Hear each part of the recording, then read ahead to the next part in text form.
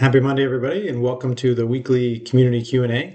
As always, I've gathered questions from the community for this week, which I will then be answering. We got 5 of them here, 2 around offers, sales and interviews, results, and then executive relationships. And as always, community events, we have the Friday book club coming up on the 23rd. We're going to be talking about inner excellence. So please join us if you've read the book, and if you haven't, join us anyways. It's always an interesting conversation to listen to. So that is the upcoming event for this Friday. And in terms of the questions, right, first one here, again, around offer, meaning your value proposition, resume, LinkedIn. And it is the question of, in this case, I have a patent. Should I add that to my resume? So this person has a patent. Should they add it to the resume?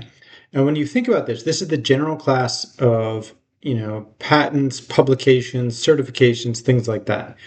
And to answer this question, we need to go back to the basics, right? So what is a resume? A resume is a marketing flyer. It is simply to get somebody's attention so that they'll talk to you, right? It is simply to try to get somebody to have a conversation with you.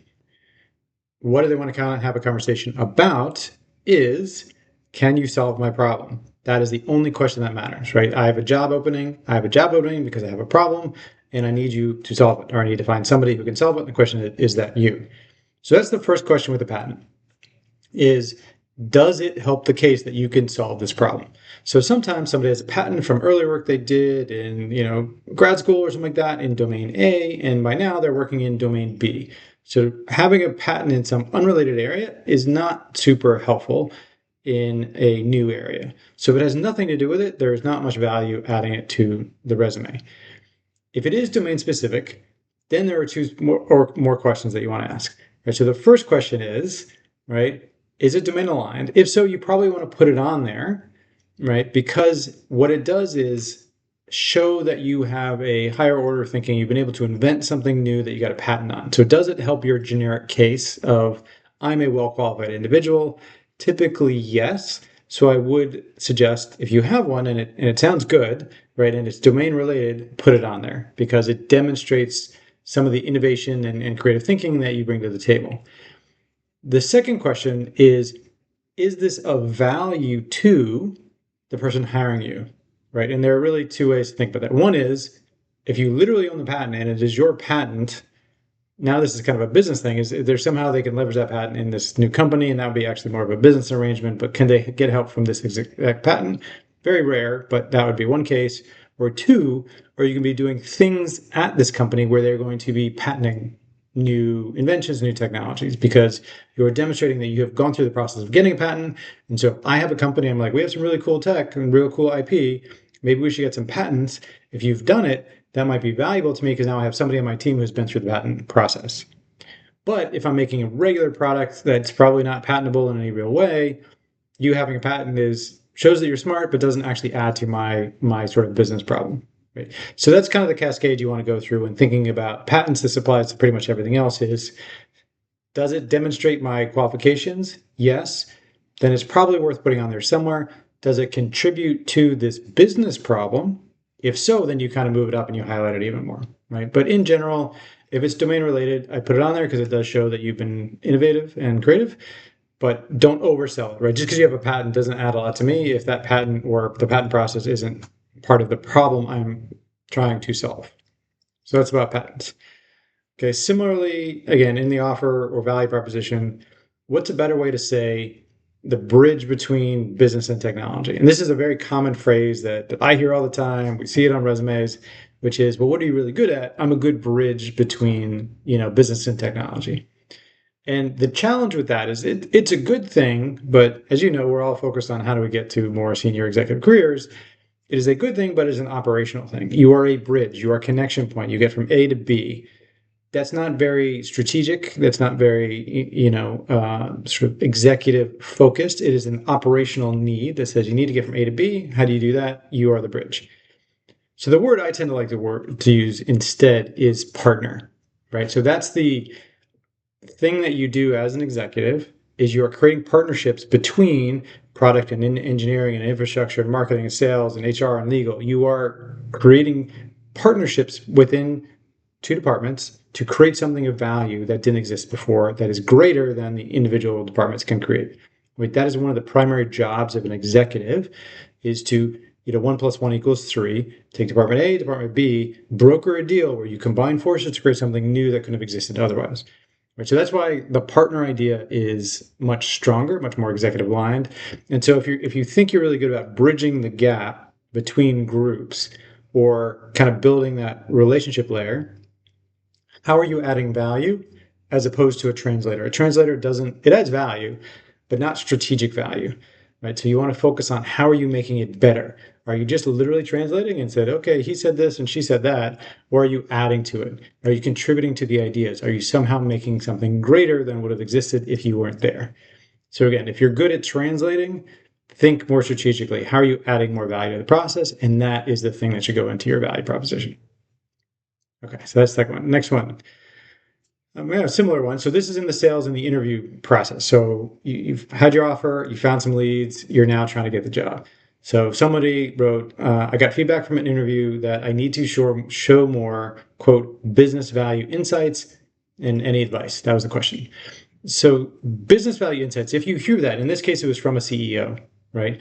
So the question is, when you talk to the senior executives, and this is particularly true when you're interviewing with more senior people, less so if they're peers or potentially people on your team. But as we talk about all the time in the community, what is the business value? The business value is something around revenue, cost, or risk. Like those are the three major families, and that's business value. And so in this case, what that means is you're talking too much tactical, getting stuff done, talking about the solutions you've built, your technical qualifications, your ability to work together with people.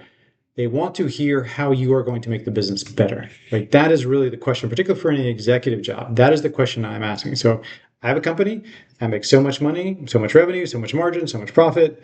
I'm bringing you on. How are you going to make that pie bigger? Are you an operationally efficient person who could really drive down my expenses? Are you a creative person who can create new products and new revenue? Do you have financial magic that you know how to basically leverage our cash better? Like, what are you doing that's going to make my business better is the question. And that's the only thing that the CEO or those sort of senior C-suite roles worry about. And so when you're talking to them, that is the question you should be answering is, oh, tell me about yourself. Don't answer, tell me about yourself. Answer, tell me how you can add business value, revenue, cost, risk to my enterprise, my company, whatever, right? So again, answer a slightly different question. And if you get that feedback, as this person did, it just means that you're not doing enough of that. You may have mentioned something here and there, but your focus was probably more on the work itself or the execution as opposed to the ideas and the levers that you can change and really, you can't really talk about business value too much. Right? There's no such thing as going overboard in this case when you're talking to a senior executive. Just talk about it as much as you can. It would be my 2 cents there. Okay. All right, results, like getting the job done on a day-to-day. Because again, this is always a tricky area. So in this case, the question says, I keep getting random tasks from various leaders in other departments. So like, how do I defend against that? Right? And again, this is kind of a scenario where you have got other people, you have your boss and the work that you're supposed to do, you have the stuff that you want to do, and then occasionally you're getting all of these other things from other people. And when I ask kind of clarification on this question, a lot of times it's somebody who works for a senior executive. So they're kind of a deputy who wants you to do things. And here's 2 strategies when you are effectively overloaded and you have to prioritize and you have people kind of coming at you, right? So strategy 1 is ask them to prioritize for you, right? So the way they say is, hey, I need you to do this thing. And you come back and say, okay, great. Here are my priorities for this week. And you name important things that, your boss or senior executives know you're working. So 1, 2, 3, 4, 5. Just till I understand the priority, do you want me to sort of put those on hold so I can focus on this week? Or else I'll work on them when I'm done with these top 3 things, right? You make them make the choice where to put it because basically you'll find out it's probably not that important. So you're like, oh yeah, no, I can totally do that. I mean, I'm working on these 3 priorities, but if this is that important, I can sort of push those down and do this. I just have to let my boss know. And that's the key. I just have to let my boss know that effectively you said this is so important that I'm going to put my top project on hold to get it done. And most people will be like, well, it's not, I mean, could you just do it this week maybe? Or maybe in the next week or 2? You'll find out the priority sort of drops very, very quickly if it's on them to set the priority. So strategy 1, ask them to set the priority. Just say, hey, where does this fall? Here's all the other stuff I'm doing. Where does this fall? You don't make the call, you make them make the call. And then oftentimes they'll put it relatively low. Or if they put it really high, then you just go and you get clarification from whoever you need to that is important and you move forward. But again, very defensive because most of the time people will not press you on that. Strategy number 2 is just to ask clarifying questions.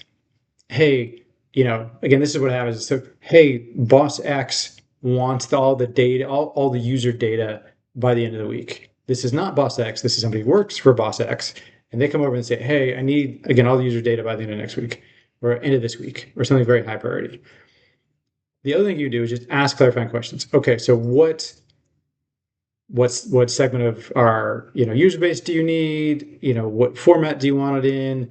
What about this, right? Do you need this data? I'm going to like make up a data field that is important. That says, do you want just their basic demographic information or do you want their full purchase history? And what you're looking for, again, this is just defensive play, is something that they do not know. Like, I don't know, they just said, go get the data. Okay, well, I need to know before we can pull the data, I need to know how extensive it is. How much history do you want? So basically go back and find out how much history you want. You just sort of kick the back into their bucket and then they can figure it out. Right. So again, these are just defensive plays. Ask for them to prioritize. Oftentimes they won't want to take responsibility for that. Or 2, ask clarifying questions that basically mean they have to go to do more work before they can enter your priority queue. Again, this is very helpful if you're focused on, right, the most valuable thing, right? And that's the idea. Whatever role you're in, you need to spend your time adding the most value in the best way possible. So if these are all distractions, these are 2 ways to kind of defend against the distractions so you can focus on the thing that is most important. Okay. And then last one. So new CEO, in this case, our new CEO is having a leadership town hall. Is it important to ask a question to be seen as visible? And what I would say is it depends on the size and scale of the event and whether or not that CEO is going to remember this interaction, right? So if you're in the top 20 officers of the firm, maybe, yeah, you need to ask good questions because you're probably in a small forum. It's probably 10 or 20 people. You are one of the top 20 or even maybe top 50, depending on how huge the company scale is. Yes, you should ask good questions. You should want to be visible.